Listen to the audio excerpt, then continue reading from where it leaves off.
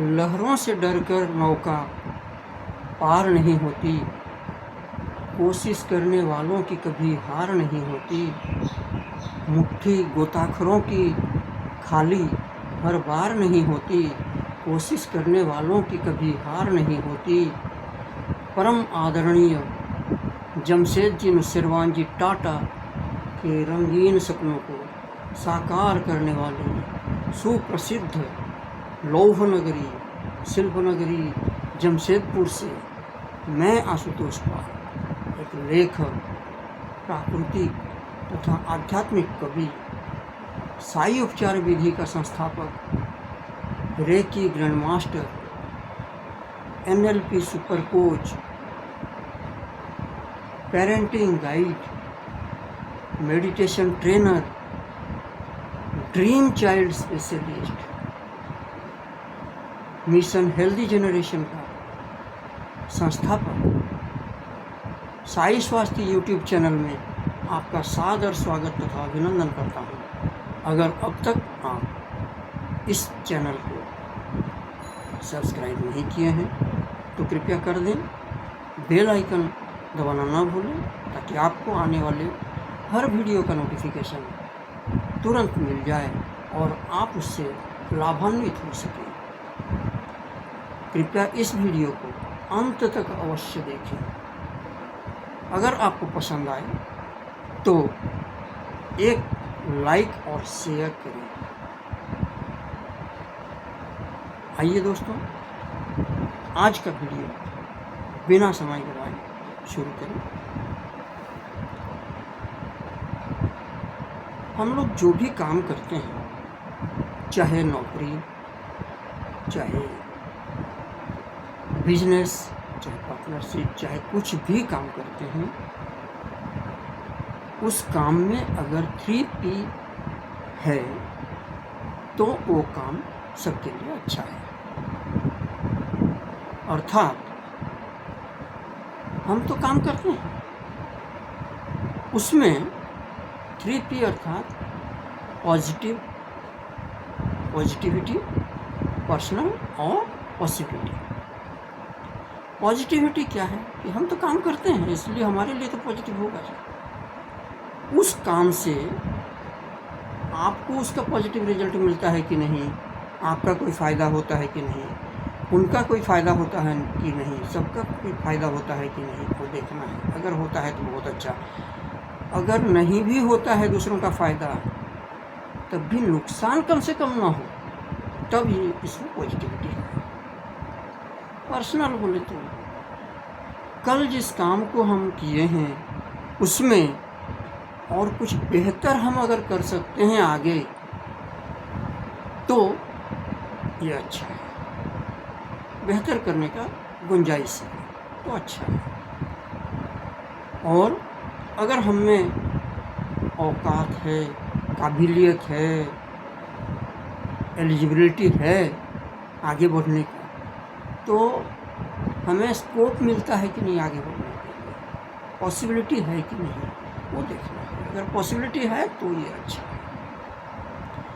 आगे चलें, हम देखेंगे कि हम जो ड्रीम देखते हैं, हम जो सपना देखते हैं, हम जो टारगेट निश्चय करते हैं, गोल तय करते हैं कि ज़िंदगी में हम ये काम करेंगे, वो बनेंगे, वो करेंगे, वो क्या है, कैसा है, कैसा होना चाहिए। वो इतना बड़ा होना चाहिए कि कोई भी इससे सुने, देखें, जाने तो अवश्य बोलें कि यह आदमी पागल हो गया। अगर कोई पागल हो गया बोलता है और आपके पास में उस मिशन को पाने के लिए उसका ब्लूप्रिंट है, उसका रोड मैप तैयार है, डे टू डे क्या करना चाहिए, कैसे करके उसको अचीव करना है, वो अगर आपके पास में मौजूद हैं तो आप उसमें 100% सफल होंगे। आपका एम एकदम आपको सफलता प्रदान करेगा। तो उसको सफल बनाने के लिए हमें क्या करना चाहिए? हमें हार्ड वर्क नहीं करना है। हार्ड वर्क बोलने से हर काम को अपने ही से करने या फिर हर काम को दूसरा से करवाने में अपना उसमें इन्वॉल्वमेंट,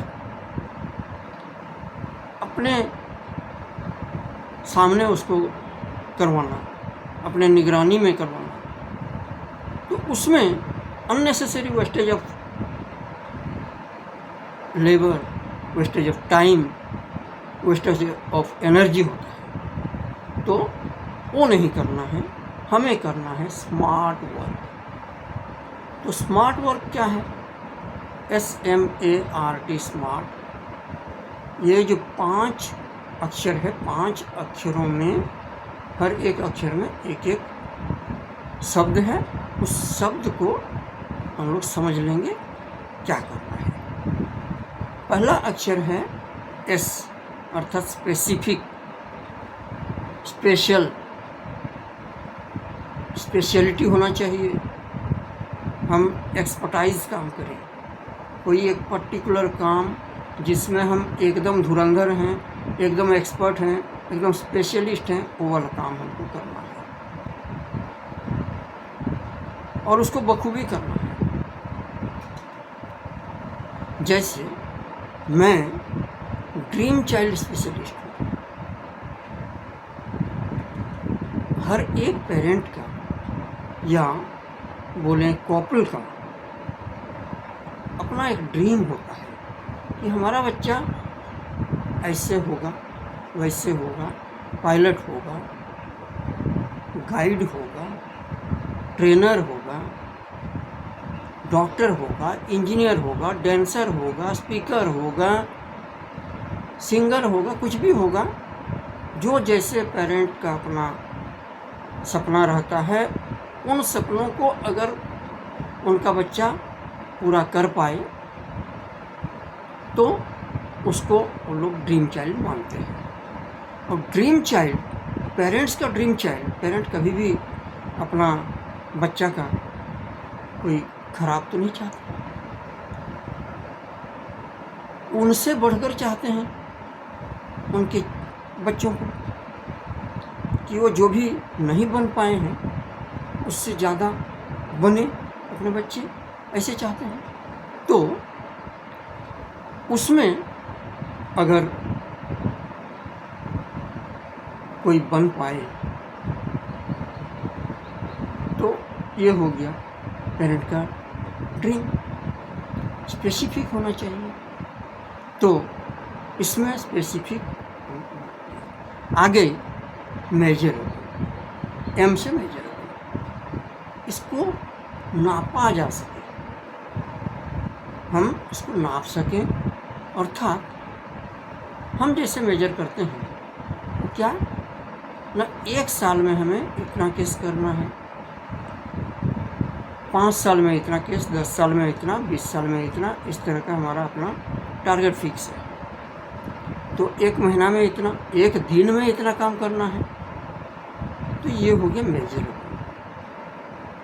अगर हम यही चीज़ किसी कपल के लिए बोलें तो कपल के लिए क्या मेजरेबल है कि जो कॉन्सीव नहीं कर पा रहे थे वो अगर कॉन्सीव कर पाएँ, गर्भधारण हो गया, तो ये वो मेजर कर पाएंगे कि हाँ इसमें हमारा फ़ायदा हुआ, हम इतना नाप सके कि हाँ इतना काबिलियत हमें बढ़ गया, इतना एलिजिबिलिटी हमारा बढ़ गया। तो ये हुआ उनका वो बच्चा, गर्भस्थ बच्चा अगर उनको रेस्पॉन्ड करे, जैसे उनको बताया जाए उसके हिसाब से उनका प्रश्नों का जवाब अगर एक्शन से वो बच्चा दे रहा है, तब ये मेजर किया जा सकता है, उसको नापा जा सकता है, तो ये प्रगति माना जाएगा। नेक्स्ट होता है ए से अचीवेबल। क्या ये प्राप्त किया जा सकता है? जी हाँ, ये प्राप्त किया जा सकता है, 100% प्राप्त किया जा सकता है। इसके लिए मैं 2 मोस्ट कॉम्प्लिकेटेड एग्जाम्पल्स दूंगा। एक कॉम्प्लिकेटेड एग्जाम्पल ये है जो कि मेरा अपना बेटा जो जन्म से पहले, यानी कि जब वो 7 महीना का गर्भस्थ बालक था, उस समय उसका माँ का जब रेगुलर चेकअप, रूटीन चेकअप जब हुआ तो डॉक्टरों ने हमें बताया कि जुड़वा बच्चा है और एक बच्चा गुजर चुका है। उस बच्चे को 48 घंटे के अंदर अगर नहीं निकाला जाए तब वो स्टिफ हो जाएगा, हार्ड हो जाएगा पूरा, और माँ का पेट को फाड़ के भी निकल सकता है। इसलिए डॉक्टरों ने एक मेडिसिन दिया जिससे कि वो बच्चा पिघल के निकल जाए। मैंने उसी समय इंटेंशन देना शुरू कर दिया कि स्टेटस को मेंटेन हो, जैसे है वैसे ही रहे, जो गुजरा हुआ बच्चा वैसे ही तरोताज़ा रहे अंदर में, और जो अच्छा है वो बच्चा का ग्रोथ नॉर्मल जैसे ग्रोथ होना चाहिए वैसे ग्रोथ हो, और ये स्टेटस को उनके जन्म तक बरकरार रहे। इसमें मेरा पत्नी पूर्ण सहयोग प्रदान किया और हम दोनों के इंटेंशन से ये बच्चे नॉर्मल डिलीवरी में ही संभव हुआ। जबकि डॉक्टर बोल रहे थे, मेरा पहला कन्या हुई थी तो उसके समय में उसका ग्रोथ ज़्यादा था, 4 किलो का थी, तो इसलिए उसको नॉर्मल डिलीवरी संभव नहीं हुआ था, सीजर करके हुआ था। इसलिए बोल रहे थे कि पहला बच्चा सीजर तो दूसरा बच्चा भी सीजर, और दूसरा बच्चा अभी तो कॉम्प्लिकेटेड बच्चा है, उसमें एक बच्चा गुजरा हुआ है, इसलिए ये तो सीजर होना ही है। मैंने बोला ठीक है, समय आने पर देखा जाएगा। अब समय आ गया, वाइफ हॉस्पिटलाइज हो गई, अब दर्द उठने लगा, उसको लेके ऑपरेशन थिएटर पहुंच गए। लेकिन ऑपरेशन टेबल तक पहुंचने से पहले ही डॉक्टरों ने देखा कि उसका डिलीवरी हो जाएगा, और चूँकि एक बेबी का देहांत हो चुका था, उसमें कोई मूवमेंट नहीं था, इसलिए हल्का सा पुश करने पर वो बच्चा डिलीवरी हो गया, और दूसरा बच्चा जो नॉर्मल था उसका डिलीवरी तो ऐसे ही नॉर्मल हो गया। तो उसमें सामान्य फोर्सेस से ही संभव हो गया, उसको सीजर करने की जरूरत नहीं पड़ी। ये पहला केस। दूसरा केस, 3 बार मिसकैरेज होने के बाद डॉक्टरों ने उस औरत को बोल दिया कि तुम आगे गर्भधारण नहीं कर सकती, और अगर गलती से हो भी गया तो तुम माँ नहीं बन पाएगी, तुम्हारा मिसकैरेज ही हो जाएगा, क्योंकि तुम्हारा हिस्ट्री ही ऐसा कहता है। उस चैलेंजिंग केस को मैं लिया था, उस कॉम्प्लिकेटेड केस को चैलेंज के तौर पर लिया था, और ये संभव हुआ था बहुत सारे नियमों का पालन करते हुए ये संभव हो पाया था, और ये भी नॉर्मल डिलीवरी हुआ, उसको भी सीजर नहीं करना पड़ा, उसको भी ऑपरेशन थिएटर नहीं पहुंचा पाए, रास्ते में ही उसका डिलीवरी हो गया था और एकदम नॉर्मल हुआ था। ज़्यादातर हमने देखा है ये जो ड्रीम चाइल्ड का डिलीवरी नॉर्मल हो जाता है,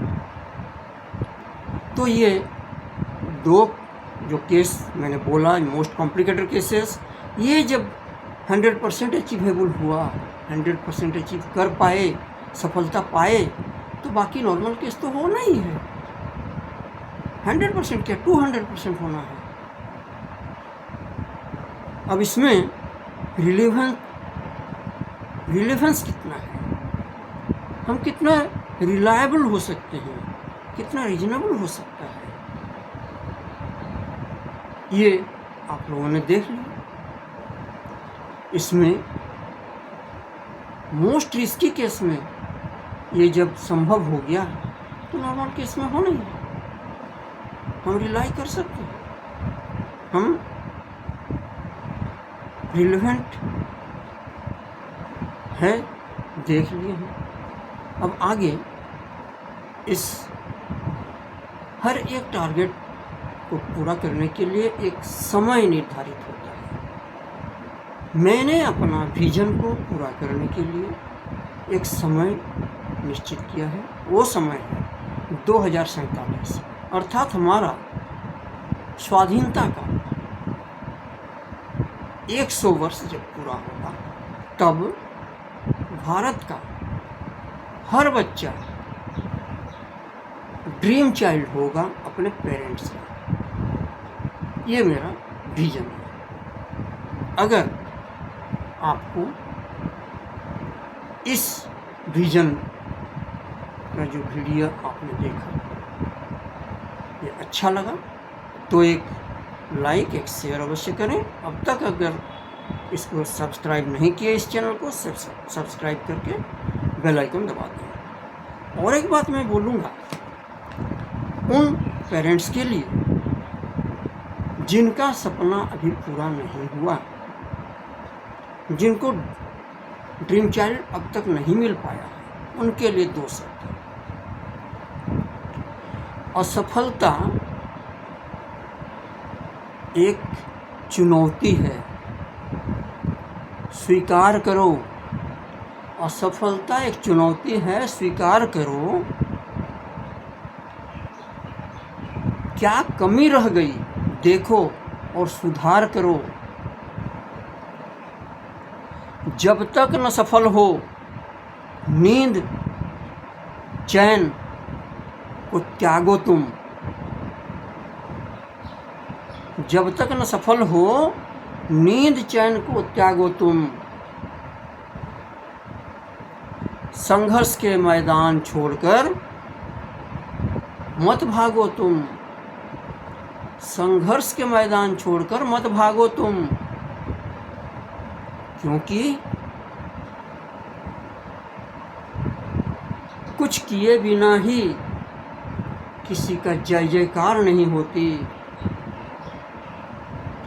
कोशिश करने वालों की कभी हार नहीं होती, कोशिश करने वालों की कभी हार नहीं होती। जय हिंद, जय भारत।